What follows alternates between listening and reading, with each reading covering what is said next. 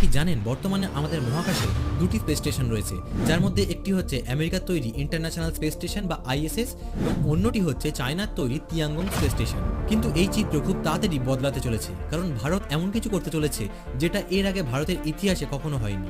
Russia শীঘ্রই তাদের space station launch করতে চলেছে, আর ইউএস এর কিছু প্রাইভেট কোম্পানি তো অলরেডি ডিক্লেয়ার করে দিয়েছে তাদের প্রাইভেট স্পেস স্টেশনের বিষয়ে। কিন্তু এই সবের মাঝখানেও সবথেকে বড় চমক দিতে চলেছে ভারত। ইসরো ঘোষণা করেছে 2035 সালের মধ্যে তারা সম্পূর্ণরূপে ভারতীয় টেকনোলজিতে তৈরি ভারতের স্পেস স্টেশন লঞ্চ করতে চলেছে।